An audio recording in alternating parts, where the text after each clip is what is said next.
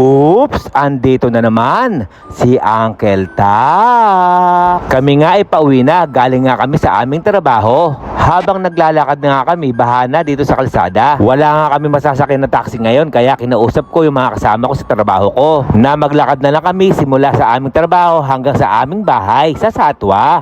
At nararamdaman ko nga rito ay umaabon-abon na, pero tuloy pa rin yung lakad namin. Sumuyorkat na nga kami, dito kami dadaan sa City Walk. Napakaganda pala rito, kaya napakaraming foreigner na nagpupunta. Kaya sa mga kababayan ko rito, ingat kayo palagi o kaya magdala kayo ng payong pag kayo ay lalabas. Oops! Andito naman, Uncle Tax. Umuulan po kaya walang taxi, kaya maglalakad po kami ngayon. Wala taxi.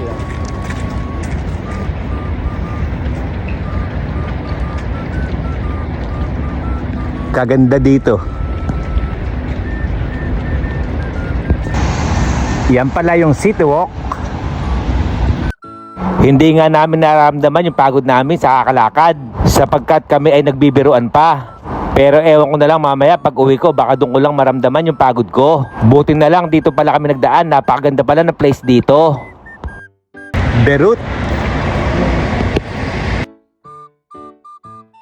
Inabot nga pala kami na isa't kalahating oras sa paglalakad, kaya hanggang dito na lang. Ito po yung Uncle Tax. Ingat!